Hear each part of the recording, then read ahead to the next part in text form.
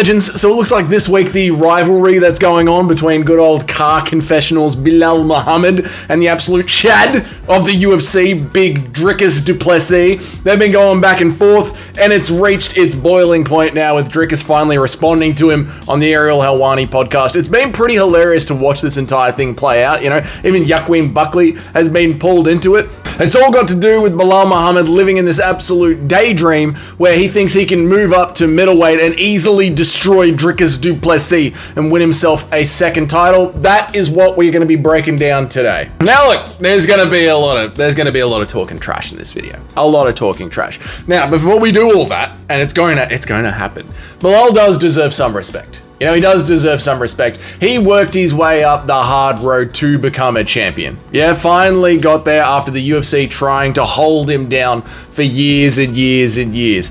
But now that he's gotten there, he's starting to feel a little bit big for his britches, and he wants to take aim at Dricus Du Plessis. I think the reason why he wants to go after BDP so badly all of a sudden, I think it's because BDP pretty much just clowned him, owned him on the Mighty Mouse podcast. Mighty Mouse is the best MMA fighter of all time, and Mighty Mouse, he's running through all the current UFC champions. He gets up to 170, and it's just unfortunate that Mighty Mouse couldn't remember who the 170-pound champ was. When you look at 145 is Ilya Duporia, he's Spanish. Then 155 is Islam. 170, who's 170 champ? That's Belal Muhammad. Yeah, Belal. You're kind of right. Yeah, I think it's probably I the can't first believe time. you just said who is the 170 champ.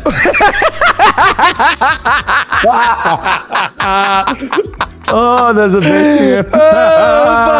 And then on top of that as well, you got the number one pound for pound fighter in the world, Islam Makhachev, saying that he doesn't want to move up to even bother with Belal. He's just going to skip straight over him, move up to middleweight himself and fight BDP, which is why is that whole region going after Dricus? What did Dricus do to that region? I thought Dricus was having a civil war down in Africa. Why are the Muhammads getting dragged into this? Either way, Belal's getting overlooked by absolutely everybody, including the security at the UFC event themselves, and it's obvious that it has just turned this ticking time bomb of Belal into rage, and he's finally blown up all over the internet. So Belal's gone and had a sook, and he's gone to his diary, and he started jotting down this little fanfic about how he would beat up Dricus Du Plessis, which is just hilarious to read. Let us read it together now thusly. Belal says, and I'm not doing the Belal accent for the entire time, it's way too like, bro, just get on with it. But Belal says, I'd come at him with a 1-2. You can't even not do the Anyway, Belal says, I'd come at him with a 1-2.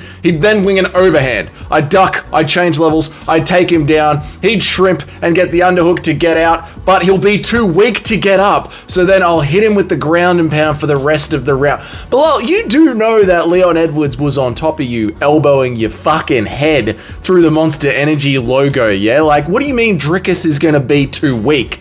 Skinny boy kickboxer Leon Edwards had you sorted out. The fuck are you talking about, Belal? Anyway, round 2 starts and I come out with a flying knee. He shells up. I hit him with the Zabit back trip and then point and laugh at him. This makes him mad. What the fuck is he coming up with? He then gets up and charges forward, winging punches at me. I slide out of the way with ease and hit him with the 1-2. And then he gets flustered, shoots for a takedown. I defend it with ease. You are going to defend a takedown from Dricus with ease. Okay. But now he's tired. He stays on his knees and I kick him to the bot. He's tired. Dricus just fought Sean Strickland for a full 25 minutes, and the entire time, because of Sean Strickland's super high weird guard, Dricus essentially had to Superman punch his way over the top of the guard. And in the 20th minute of the fight, he was still able to retain enough power to break Sean Strickland's nose. Yeah? Where is this idea that Dricus Du Plessis is just gonna get tired in the second round? I'm not reading anymore. This is the most ridiculous fan fiction I've ever seen in my life. It's gotten to the point where even Buckley has to sit down, just man to man, eye to eye, and just say, Belal, my brother in Christ, you don't have the power to move up and beat Dricus Du Plessis, bro. You have to stop. Belal, you have to stop. You see Belal Muhammad talking about he wants to move up. He could be double champ. Belal, I'm gonna just warn you right now. You don't have the tools nor the weapons to beat a person like Dricus. You're not gonna be able to take Buddy down. I'm just saying, I'm just being honest with you, bro. Nor will you be able to knock him out with them pillow hands. It's just so good to watch. Like even like Buckley has to sit down just blankly and just be like, "You can't do it, dude. You can't do it." Like poor Belal, man. He's getting clowned on by the absolute goat of our sport, Demetrius Mighty Mouse Johnson. His brother Islam Makhachev is like, "I'm not even going to bother with him. I'm just going to move over him." The security at the UFC are like, "What are you doing? Why do you think you can go near a cage, civilian?" He's just getting clowned on by anyone and everyone that even bothers to look at him. And the sad thing is here, right, that poor Belal, he completely forgets that much like most things in our day-to-day life, yeah, the UFC is owned by a bloke named Ari Emanuel, yeah, you know, and Team Ari Emanuel, the Aris out there, they're not in the mood right now of giving the old Belal Muhammad's more championship belts, if you know what I'm saying. The vibe out there right now is not a vibe of let's do some favors for you guys. Yeah, like remember, Belal, just how hard it was for you to get your first title shot. Do you think that the Emanuels are giving the Muhammads a chance at winning a second title shot? No, I don't think so. I don't think so, bro. It's just the world that we live in. You know, especially with welterweight and middleweight probably being the most logjam divisions in the UFC at the moment. You know, like DDP, he's already got his line of tricky customers. Yeah, he's got his line of Hamzat Chimaev, he's got Imavov, and by the time these two are done, we need to see what does Caio Barao make of himself. You know, what does Caio Barao do?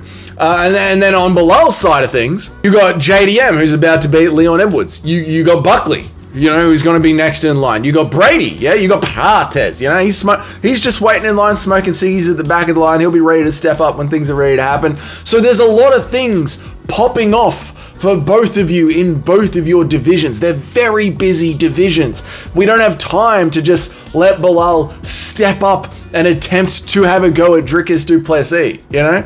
You know, before Dricus Du Plessis just goes and steps on your head, Belal, you need to just relax.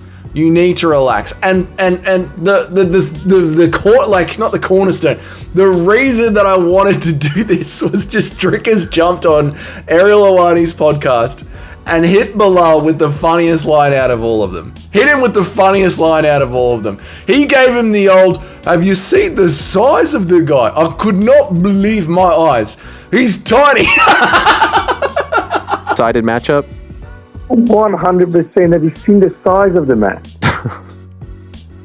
What is he gonna do? Is he gonna get somebody to help him? Is he gonna sit on somebody's neck? How's it gonna work? He's the smallest. I couldn't believe that he's at 170 when I saw him. I couldn't believe that he fights at 170. Just for fun, how do you think that fight goes? I step on his head and it's over. That's how that. Like Dricus has used that wording before for the guru, talking about how giant he was. And poor old Belal Muhammad, Mr. Security, doesn't even recognize you as getting the old, "I couldn't believe the size of the guy. He's tiny. I'd step on his head." Just wrecked, mate. So there we go. That's it. That's what's been going on between Dricus, Belal, the entire division. Everyone's just telling him to just take a chill pill, calm down. You're not getting that shot. You need to focus on your own division. How about, you know, getting your little toe healed up, Belal?